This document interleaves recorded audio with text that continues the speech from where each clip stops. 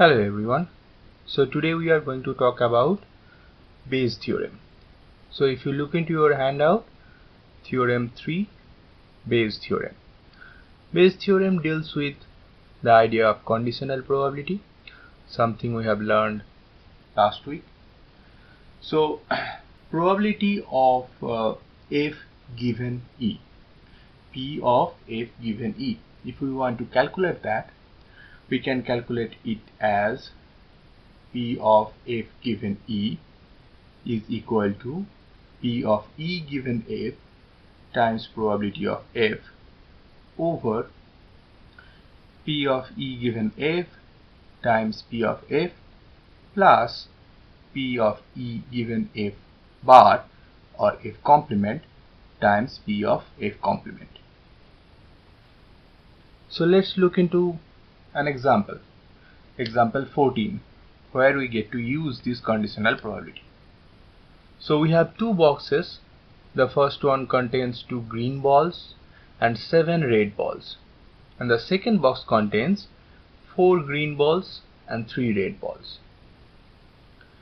So Bob selects a ball by first choosing one of the two boxes at random, and then he chooses one of the balls from that box at random. We want to calculate the probability that Bob selected a ball from the first box given that he has selected a red ball. Okay, so this is from your textbook, page 494. So to solve this problem, we need to name these events. So the first one, let's say E, is the event that the chosen ball is red, and E complement, the complement event is the chosen ball is green.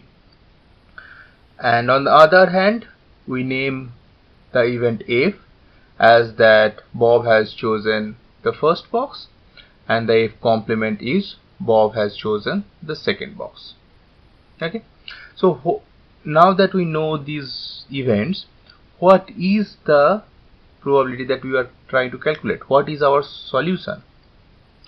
We are trying to calculate the probability of choosing the first box given that he chose the red ball. It is very important that you note the order here. Which event given which event? It is very important. If you change the order, it will be a different problem. So probability of choosing the first box given choosing the red ball. So choosing the first box, let's see, that was F. So probability of F given that he chose the red ball, and what was that event choosing red ball? That is E. So we are trying to calculate the probability of F given E. Okay, so first we have to figure out, for every problem like this, you first name the events, what you need to name them, and with experience you will figure out what events you need to name, and after that you have to first determine what is the event or what is the probability that you are trying to calculate. So for our case, we are trying to calculate the probability of F given E. Okay, so now from the question, let's try to figure out what do we have. Okay, what are the different probabilities that is mentioned in the question? How can we express them with respect to E, F, E bar or F bar? So let's see. So the sentence says that there are 7 red balls and 2 green balls in the first box. Okay, so if we know that Bob has chosen the first box, that means given that the first box was chosen, what is the probability that he is going to choose a red ball? So in the first box there are 7 red balls and 2 green balls. So the probability of choosing red ball given that the first box was chosen is 7/9, and that event is probability of E given F. So this is E, red ball, given first box. So probability of E given F is 7/9. Similarly, probability of, this is not visible here, okay, probability of E given F bar or F complement means probability of choosing red ball given that the second box was chosen. So probability of red ball given the second box was chosen. So if we know that he chose second box, what is the probability that he chose a red ball? So what is there in the second box? There are 3 red balls and 4 green balls.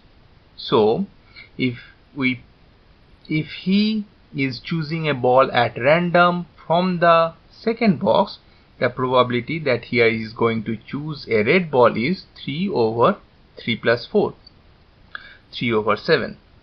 In both these cases, the box is already known, given this box, and the denominator is the total number of balls in that box and number of red balls in that box. So this 7 is number of red balls in first box, and this 7 plus 2 is total number of balls in first box. Similarly, for the second box you get 3/7. Okay, so we know these two quantities, E given F and E given F bar, 7/9, 3/7. We also know that he is choosing one of these two boxes in the beginning at random. So there are 2 boxes and he is choosing one of them at random. So F is he is choosing the first box, F complement is he is choosing the second box. So the probability that he is choosing one of these boxes is half. There are 2 boxes he is choosing at random, so the probability is half. So these are the 4 probabilities that we know: E given F, E given F bar, F and F bar. Okay. Now if you look into the formula, the Bayes theorem that we just talked about, these are all the 4 quantities that we need, and using that we can figure out the result. So let's apply them. We'll just do little more in-depth calculation.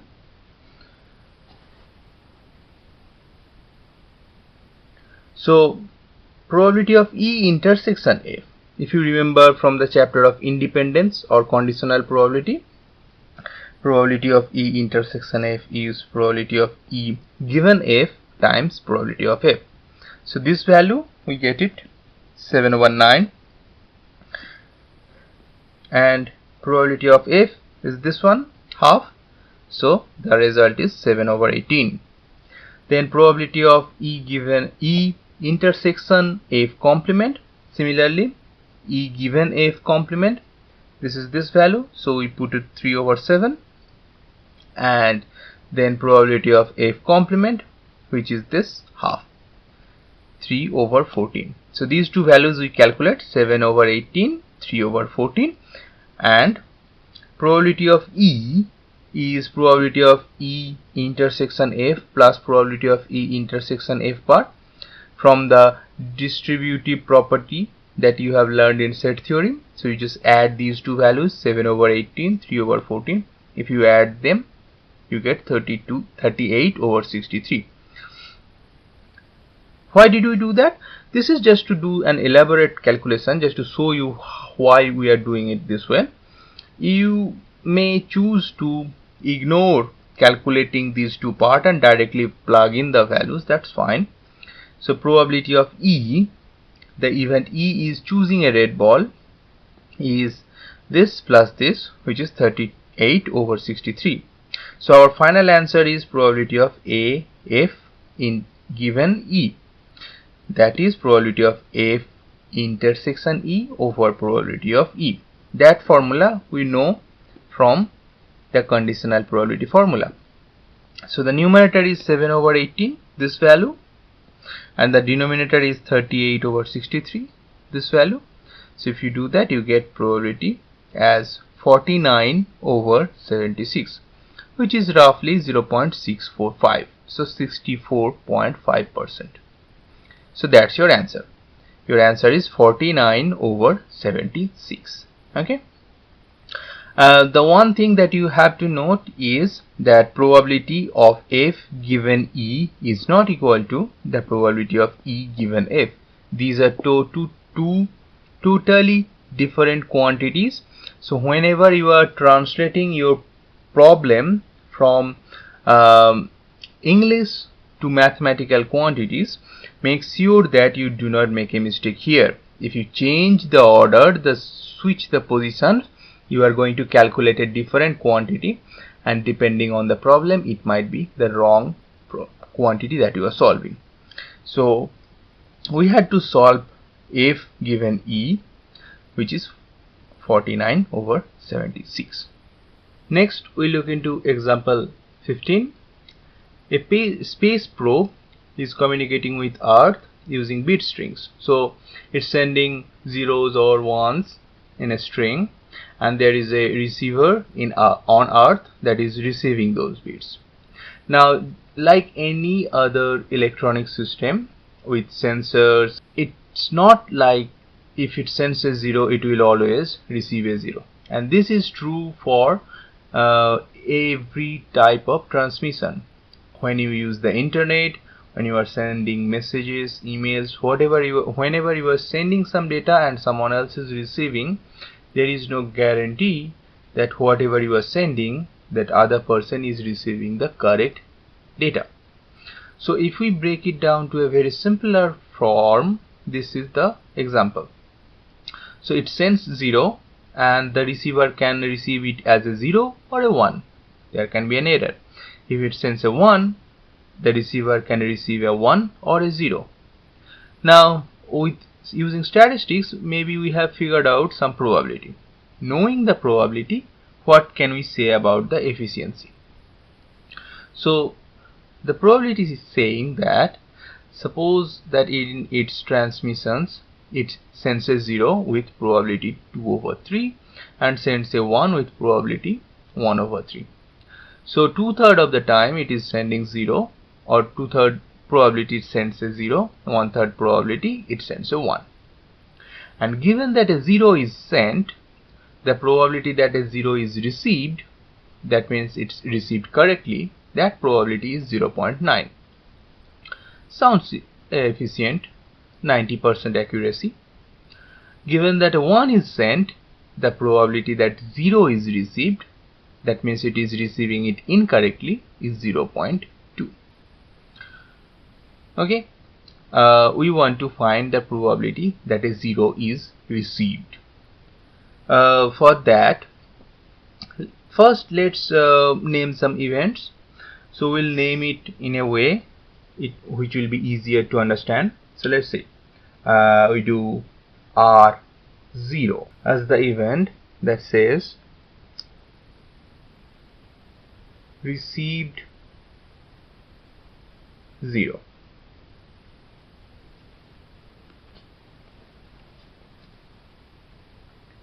And S0 is the event that says sent a 0. Okay, so two events, R0 that the transmitter or the receiver received a 0, and S0 that the transmitter sent a 0. Let's also define S1. Okay, S1 is sent a 1. It would be easy to write things. And what else can we say? That S0 complement equal to S1. S0 and S1, these two events, they are complements of each other. It is either sending a 0 or sending a 1. Okay. Now that we have named all these events R0, S0 and S1, let's look into the problem statement and see what kind of probabilities are already given there. So it says that it sends a 0 with probability 2 over 3 and a 1 with probability 1 over 3. So probability of S0, that it sent a 0, is 1 over 3, and the probability that it sent a 1 is 2 over 3. Okay, what else? That it received a 0 given that it sent a 0 is 0.9. So the probability that it received a 0 given that it sent a 0 is 0.9, and the probability that it received a 0 given that it sent a 1 is 0.3. Okay, so these are the 4 probabilities from the problem statement itself. Now that we have them, let's try to solve it. So the first part is, what is the probability that it received a 0? So what are we trying to calculate? We are trying to calculate probability of R0. Probability of R0 is, we know the formula, it's R0 intersection S0 plus probability of R0 intersection S1. Okay, what is probability of R0 intersection S0? We have to use the theorem from the conditional probability. It's R0 given S0 times probability of S0 plus, similarly for this one, probability of R0 given S1 times probability of S1.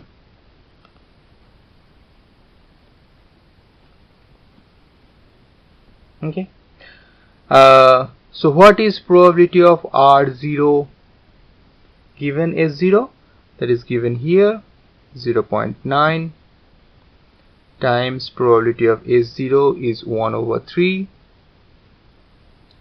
plus probability of R0 given S1 is 0.3 times probability of S1 is 2 over 3.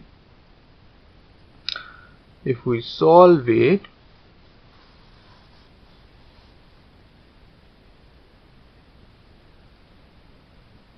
it is 0.9 plus 0.6 over 3, which is equal to 1.5 over 3, which is equal to 0.5.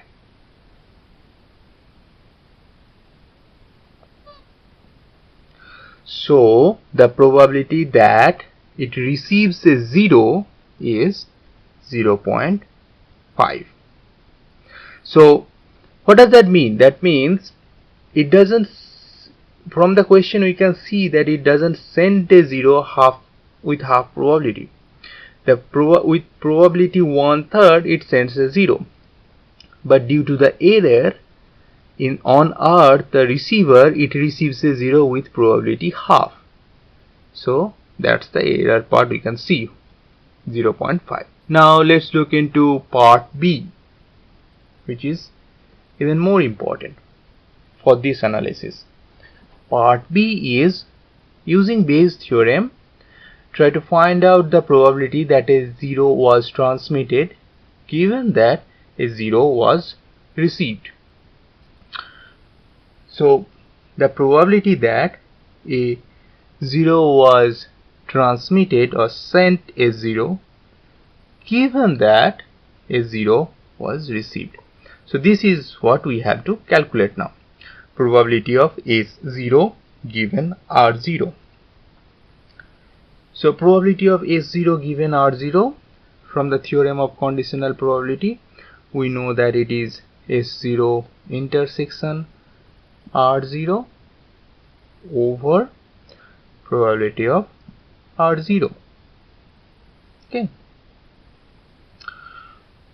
which is, we can switch these two, since this is intersection, we can just commute them so that it looks nice. R0 intersection S0 over probability of R0, okay, which is equal to, so what is the numerator here? Probability of R0 intersection S0. From conditional probability again, we know that it is R0 given S0 times probability of S0.